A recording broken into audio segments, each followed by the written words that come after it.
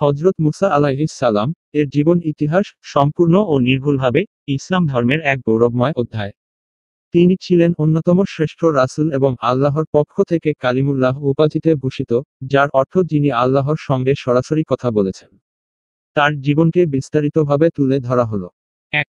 জন্ম ও শৈশবকাল। জন্ম মিশরের ইজিপ্ট ফারাওনের শাসনামলে, যেখানে বনী ইসরাইল জাতিকে দাসত্বে রাখা হতো। পরিস্থিতি সে সময় ফারাওন স্বপ্নে দেখেছিল বনী ইসরাইলের একজন ছেলে তার রাজত্ব ধ্বংস করবে। ফলে সে নবজাতক বালকদের হত্যা করার নির্দেশ দেয়। আল্লাহর নির্দেশে আল্লাহ মুসা আলাইহিস সালাম এর মাকে নির্দেশ দেন নবজাতককে একটি ঝুড়িতে রেখে নিরন্দে ভাসিয়ে দিতে।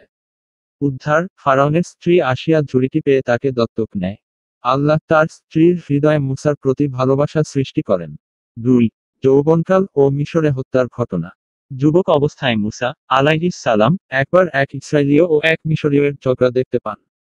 তিনি ইসরায়েলীয়কে রক্ষা করতে গিয়ে মিশরীয়কে একটি ঘুষি দেন, ফলে সে মারা যায়। এ ঘটনায় তিনি আতঙ্কিত হয়ে পড়েন এবং পরে মিশর ত্যাগ করে মাদিয়ান শহরে পালিয়ে যান। ৩.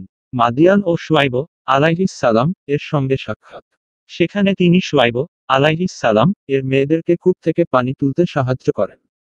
শুআয়ব আলাইহিস সালাম তাকে তার মেয়ে সাফুরা কে বিয়ে দেন এবং ৮ থেকে ১০ বছর তার খেদমত করার শর্ত দেন। ৪. নবুওয়াত প্রাপ্তি। খেদমতের মেয়াদ শেষ হলে মুসা আলাইহিস সালাম পরিবারসহ মিশরের পথে রওনা দেন। পথে তিনি তুর পাহাড়ে আগুন দেখতে পান এবং সেখানে যান। সেখানেই আল্লাহ তার সঙ্গে কথা বলেন এবং তাকে নবী হিসেবে মনোনীত করেন। তিনি পাথরের মাধ্যমে অলৌকিক লাঠি ও উজ্জ্বল হাতের নিদর্শন লাভ করেন। ৫. ফেরাউনের কাছে দাওয়াত। আল্লাহর নির্দেশে মুসা আলাইহিস সালাম ফেরাউনের দরবারে যান এবং তাকে এক আল্লাহর প্রতি ঈমান আনার আহ্বান জানান। মুসা আলাইহিস সালাম এর ভাই হারুন আলাইহিস সালাম কে সরকারি নবী হিসেবে নিযুক্ত করা হয়।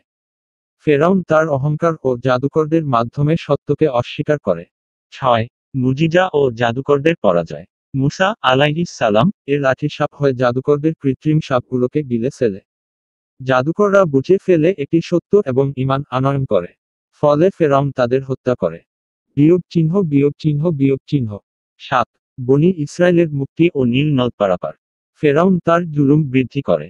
আল্লাহ মিশরে বিপর্যয় পাঠান, উপদ্রব, পঙ্গপাল, রক্ত, ব্যাঙ ইত্যাদি। অবশেষে আল্লাহ মুসা আলাইহি ওয়াসাল্লাম কে বনী ইসরায়েলকে নিয়ে মিশর ত্যাগের নির্দেশ দেন। তারা নীল নদে পৌঁছালে আল্লাহর আদেশে মুসা লাঠি মারলে নদী চিরে যায়। বনী ইসরায়েল নদী পার হয়, ফেরাউন অনুসরণ করতে গিয়ে ডুবে যায়। ৮. তাওরাত প্রাপ্তি ও তুর সিনাই। মুসা আলাইহিস সালাম তুর পাহাড়ে ৪০ রাত অবস্থান করে আল্লাহর কাছ থেকে তাওরাত লাভ করেন। এর সময় তার অনুপস্থিতিতে বনী ইসরায়েলের অনেকে গরুর পূজায় লিপ্ত হয়। ৯. বনী ইসরায়েলের অবাধ্যতা ও মরুভূমিতে ঘোরাফেরা। বনী ইসরায়েল বারবার অবাধ্যতা প্রদর্শন করে এবং কৃতজ্ঞতা প্রকাশ করে না। ফলে আল্লাহ তাদের ৪০ বছর মরুভূমি অঞ্চলে ঘোরাফেরা করান। ১০. মৃত্যুকাল। মুসা আলাইহিস সালাম মৃত্যুর আগে হাসরের ভূমি বায়তুল মুকাদ্দাস দেখতে চান। তিনি মরুভূমিতেই মৃত্যুবরণ করেন এবং আল্লাহর আদেশে তার কবরের স্থান গোপন রাখা হয়।